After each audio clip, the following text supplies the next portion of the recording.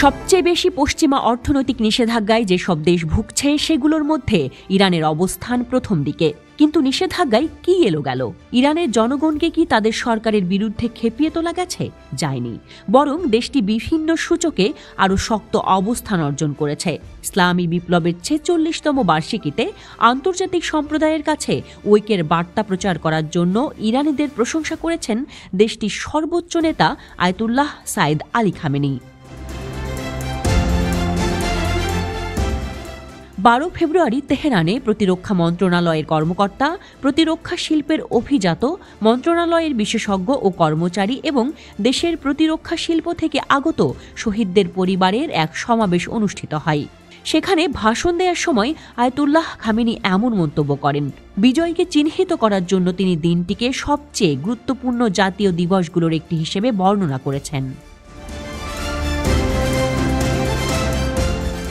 Ayatollah Khamenei বলেছেন, এই বছরের বার্ষিকী উদযাপন কেবল স্মরণ নয়, বরং প্রতিরোধ এবং জাতীয় ঐক্যের একটি শক্তিশালী কাজ। তার মতে এটি ছিল ইরানের জনগণের কাছ থেকে একতার বার্তা। ইরানিদের বিরুদ্ধে ক্রমাগত মূর্খতাপূর্ণ হুমকির পরেও ইরানের জনগণ পৃথিবীকে তাদের পরিচয়, শক্তি এবং অটল সংকল্প দেখিয়েছে। ইসলামিক বিপ্লবকে একটি জনপ্রিয় অভ্যুত্থান ও একটি মহান জাতীয় আন্দোলন বলে উল্লেখ করেছেন খামেনি।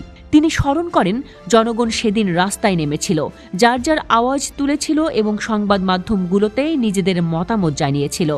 খামেনি উল্লেখ করেছেন যে চলমান মিডিয়া সন্ত্রাস, মনস্তাত্ত্বিক যুদ্ধ এবং ঐতিহাসিক উন্নয়নের বিরুদ্ধে প্রতিপক্ষের ভিত্তিহীন হুমকি রয়েছে। তারপরও ইরানের জনগণ শক্তিশালী সমর্থনের ইঙ্গিত দিয়ে বিপ্লবের মূল্যবোধের প্রতি দৃঢ়ভাবে নিজেদের অঙ্গীকার নিয়ে দাঁড়িয়েছে।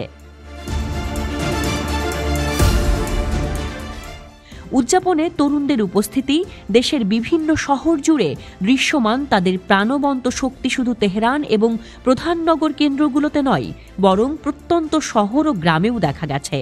পর্যবেক্ষকদের মতে আয়াতুল্লাহ খামেনির মন্তব্য ইরানের বৃহত্তর অনুভূতিকে প্রতিফলিত করে। দেশটির বিপ্লবের বার্ষিকী বিদেশি হস্তক্ষেপের বিরুদ্ধে প্রতিরোধের প্রতীক এবং ইরানের সার্বভৌমত্বের পুনর্নিশ্চিতকরণের প্রতীক হয়ে উঠেছে।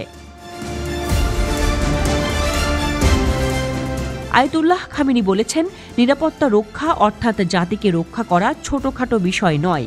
আজ ইরানের প্রতিরক্ষামূলক শক্তি বিখ্যাত এবং সুপরিচিত বলে তিনি উল্লেখ করেন। ইরানের বন্ধুরা এই প্রতিরক্ষামূলক শক্তি নিয়ে গর্ব করে এবং ইরানের শত্রুরা ভয় পায়। এটি একটি জাতির জন্য, একটি দেশের জন্য খুবই গুরুত্বপূর্ণ বিষয় বলে জানিয়েছেন ইরানের সর্বোচ্চ ধর্মীয় নেতা। বুধবার তিনি ইক্তেদার 1403 এর প্রদর্শনী পরিদর্শন করেন।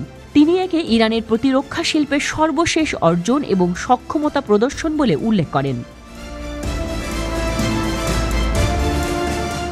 অস্ত্র প্রদর্শনের ওই ইভেন্টে আকাশ প্রতিরক্ষা, ব্যালিস্টিক এবং ক্রুজ ক্ষেপণাস্ত্র, স্মার্ট যুদ্ধাস্ত্র, মহাকাশ, ড্রোন, বিমান চালনা এবং জাহাজের মতো সামরিক ক্ষেত্রগুলোতে ব্যবহৃত উন্নত সরঞ্জাম এবং নতুন প্রযুক্তি প্রদর্শন করা হয়েছে।